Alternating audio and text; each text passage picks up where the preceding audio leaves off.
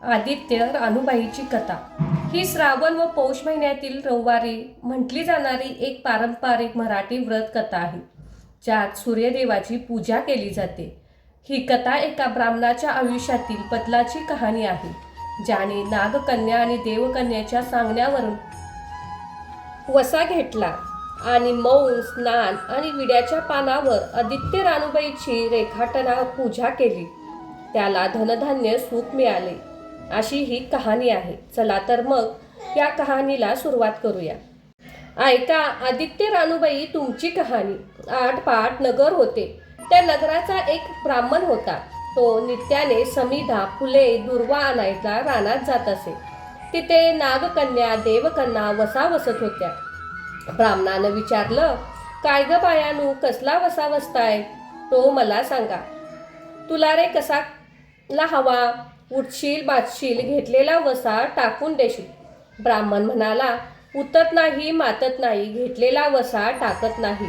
तेव्हा त्या म्हणाल्या, श्रावण मास येईल तेव्हा पहिल्या आदित्यवारी मौनाने म्हणजे मुकाट्याने उठावे, चणशील म्हणजेच वस्त्रसहित स्नान करावे, अधोगत पाणी आणावे, विड्याच्या पानावर रक्तचंदनाची आदित्य रानूबाई काढावी, 6 रेगाचं मंडल करावं, 6 सुताचा तंतू करावा, त्याला 6 गाठी घालाव्या, पानं फुलं व्हावी, पूजा करावी, पानांना विडा, फुलाचा झोला, दशगंधाचा धूप, गूळ खोबऱ्याचा नैवेद्य दाखवावा, 6 मास चाळावे, 6 मास पाळावे, मागी रथसप्तमी संपूर्ण करावं. संपूर्णाला काय करावं? गुळाच्या पोळ्या, बोटव्याची खीर, लोणकढं तूप, मेवणं जेवू सांगावं. असेल तर शिरचोळी द्यावी, नसेल तर जोडगळ साखरी द्यावी, तीही नसेल तर 2 पैसे दक्षिणा द्यावी आणि आपल्या वशाचं उद्यापन करावं. असा वसा ब्राह्मणाने केला. त्याला सूर्यनारायण प्रसन्न झाला. भाग्यलक्ष्मी आली. तेव्हा राजाच्या राणीने ब्राह्मणाला बोलावून धाडलं. ब्राह्मण जातेवेळेस भिवू लागला, कापू लागला. तेव्हा राजाच्या राणीने सांगितलं, भिवू नका, कापू नका, तुमच्या मुली आमच्या इथे द्या. आमच्या मुली गरिबाच्या. तुमच्या घरी कशा द्याव्या? दासी कराल, बटकी कराल? राणी म्हणाली, दासी करत नाही, बटकी करत नाही. राजाची राणी करू, प्रधानाची राणी करू. मार्गशीराचा महिना आला. ब्राह्मणाला लगीन करून मुली दिल्या. एक राजाच्या घरी दिली, दुसरी प्रधानाच्या घरी दिली. गेल्या पावली मुलीचा समाचार घेतला नाही. 12 वर्षाने समाचारास ब्राह्मण निघाला. राजाच्या घरी गेला. लेकीने बसायला पाट दिला, पाय धुयाला पाणी दिले. बाबा बाबा, गूळ खा, पाणी प्या. गूळ खात नाही, पाणी पित नाही. माझी कहाणी करायची आहे, ती तू ऐक. तुझी कहाणी ऐकायला वेळ नाही.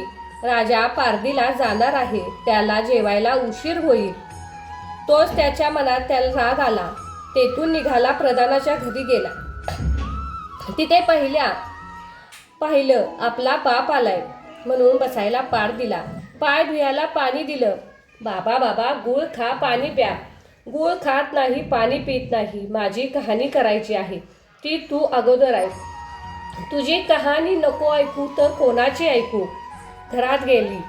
उतरनिवटच्या 6 मोते आणले. 3 आपण घेतले, 3 बापाच्या हाती दिले. त्याने मनोभावे कहाणी सांगितली. लेकीने चित्तभावाने ती ऐकली. नंतर जेवून खाऊन बाप आपल्या घरी आला. बायकोनं विचारले, मुलीचा समाचार कसा आहे? जिने कहाणी ऐकली नाही ती दारिद्र्याने पिडली, दुःखानं व्यापली. राजा मुलखावर निघून गेला. जिनं कहाणी ऐकली ती भाग्यानं नांदत आहे. इकडं दरिद्री जी झाली होती तिने आपल्या लेकाला सांगितले, मावशी घनघोर नांदत आहे, तिच्याकडे जाऊन काही दिले तर घेऊन ये. पहिल्या आदित्यवारी पहिला मुलगा उठला. तयाच्या पायी जाऊन उभा राहिला. आगाग दास्यानो, तुम्ही दासी कोणाच्या? आम्ही दासी प्रधानाच्या. प्रधानाच्या राणीला जाऊन सांगा, तुमच्या बहिणीचा मुलगा आला आहे. कसा आला आहे? तयाच्या पायीला उभा राहिला आहे. परसदाराने घेऊन या. परसदारानं घेऊन आल्या. नाऊ मुक्कू घातलं, पितांबर नेसायला दिलं. जेवू खाऊ घातलं, कोहळा पोखरला, हान मोहरेने भरला,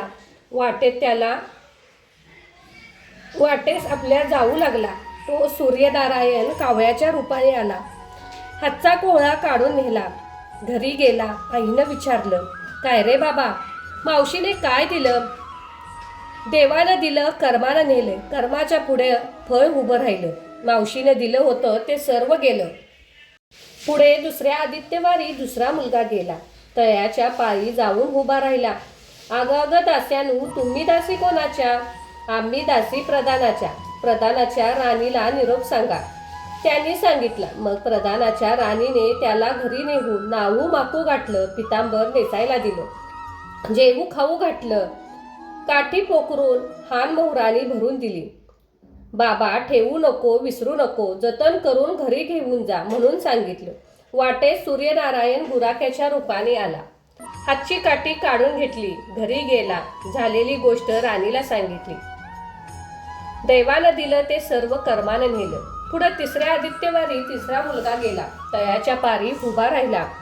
त्यालाही पहिल्यासारखं प्रधानाच्या राणीने नेऊन नाहू खाऊ घातलं, पितांबर नेसायला दिलं, जेवू खाऊ घातलं, नारळ पोखरून हान मोहरानी भरून दिला. ठेवू नको, विसरू नको म्हणून सांगितलं. घरी जाताना विहिरीत उतरला. तो गडबडून विहिरीत नारळ पडला. घरी गेला. आईनं विचारले, काय रे बाबा, मावशीने काय दिले? आई ग, मावशीनं दिलं, पण दैवानं ते सर्व बुडवलं. चौथ्या आदित्यवारी चौथा मुलगा गेला. तळ्याच्या पारी उभा राहिला. त्यालाही प्रधानाच्या राणीने घरी नेऊन नाहू खाऊ घातलं, पितांबर नेसायला दिलं, जेवू खाऊ घातलं. त्याला दह्याची शिदोरी हान मोहरा भरून घालून बरोबर दिली. सूर्यनारायण घारीच्या रूपाने आला. हातची शिदोरी घेऊन गेला. घरी गेला. आईने विचारले, काय रे बाबा, मावशीने काय दिले? आई, मावशीनं दिलं ते देवानं सर्व नेलं. पाचव्या आदित्यवारी आपण उठली. तळ्याच्या पाळी उभी राहिली. दासीने तिचा निरोप तिच्या बहिणीला सांगितला. बहिणीने तिला परसदाराने घरी आणलं. नाहू घातलं, माकू घातलं, पाठ बसायला दिला. प्रधानाची राणी आदित्यवाराची कहाणी करू लागली. काय वसा करतेस तेव्हा मला सांग. बहीण म्हणाली, अगं चांडाने, पापीने बापाची कहाणी ऐकली नाहीस म्हणून तुला दरिद्र आलं. राजाच्या राणीनं विचारलं. त्याला बहिणीच्या घरी राहिली. श्रावण मास आला. सांगितल्याप्रमाणे सूर्यनारायणाची पूजा केली. इकडे राजाचं भाग्य आलं. राजाने बोलावणं धाडलं. मावशी मावशी, तुला छत्र आली, समर आली, पायीक आले, परवर आले. मला रे पापिनीला छत्र नाही. चमर कुठली, पायी कोठले, परवर कुठले? बाहेर जाऊन दाराशी बघतात. तोच राजा बोलावणं आलं होतं. राजा आला तशी राणी जायला निघाली. एकमेकी बहिणींनी आहेर केला. वाटेत जाऊ लागली. पहिल्या मजलेस स्वयंपाक केला. राजाला वाढलं, मुलांना वाढलं. आपण पानं वाढून घेतली. तेव्हा कहाणीची आठवण झाली. करा रे हंकारा, पिटा रे डोंगारा, नगरात कोणी उपाशी आहे का याचा शोध करा.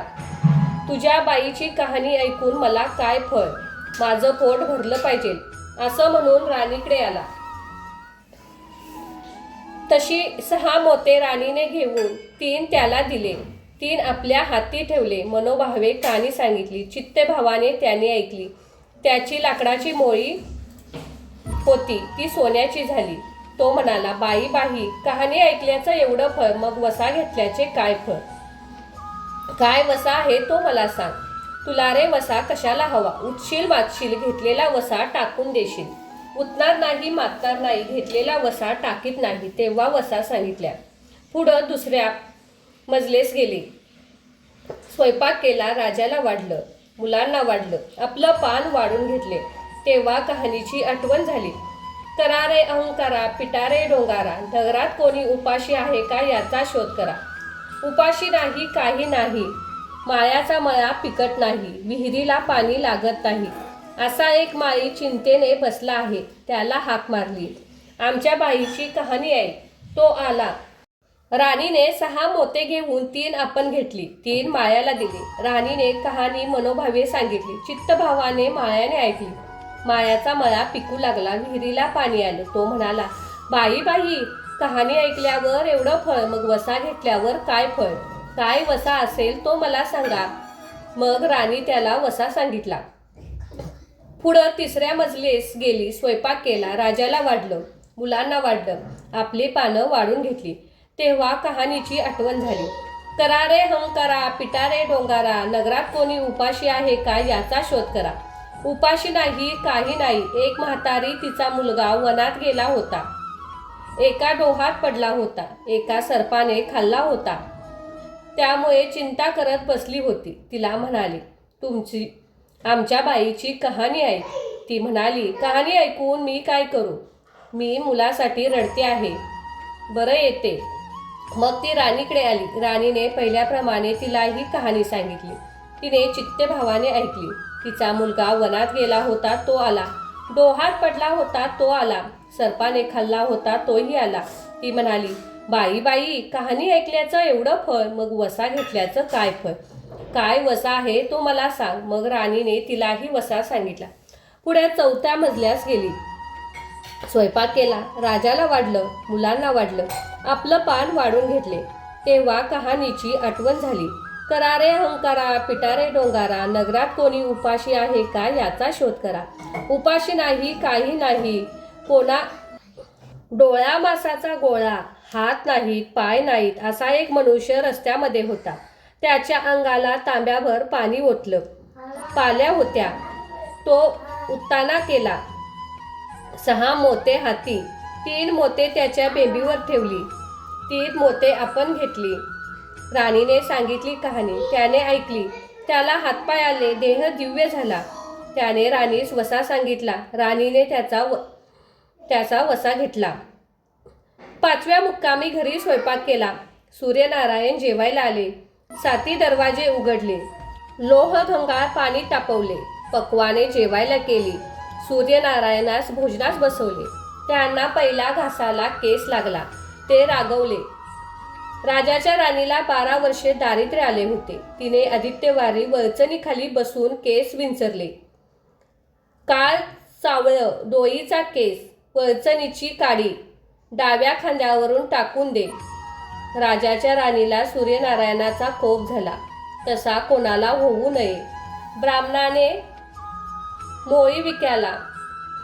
राजाच्या राणीला, मायाला, म्हातारीला, कानाडोळा मासाचा गोळा, सर्वांना सूर्यनारायण जसा प्रसन्न झाला तसा तुम्हा आम्हाला होऊ. ही 7 उत्तराची कहाणी 5 उत्तरी सुफळ संपूर्ण.